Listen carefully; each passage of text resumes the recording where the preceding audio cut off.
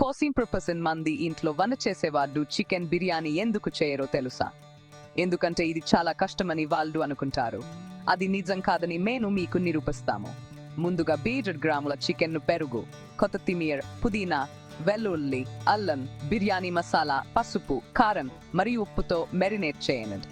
దాన్ని కనీసం 7 నిమిషాలు అలాగే ఉంచండి. తర్వాత బియ్యాన్ని సిద్ధం చేసుకోండి.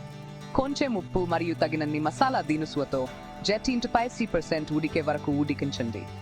నీటిని తీసి పక్కన పెట్టండి. ఇప్పుడు సన్నగా తరిగిన ఉల్లిపాయలను నెయ్యి లేదా నూనెలో గోధుమ రంగు వచ్చే వరకు వేయించండి. వారిని కూడా పక్కన పెట్టండి. అదే పాన్లో మరికొన్ని వెల్లుల్లి రెబ్బలు, అల్లం మరియు పచ్చిమిర్చి వేసి వేయించండి.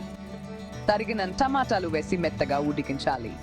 మెరినేట్ చేసిన చికెన్ వేసి దాదాపు ఉడికి చిక్కగా అయ్యే వరకు ఉడికించాలి. లేయర్ వేసే సమయం ఒక పాత్రలో సగం చికెన్, తర్వాత సగం బియ్యం వేయండి.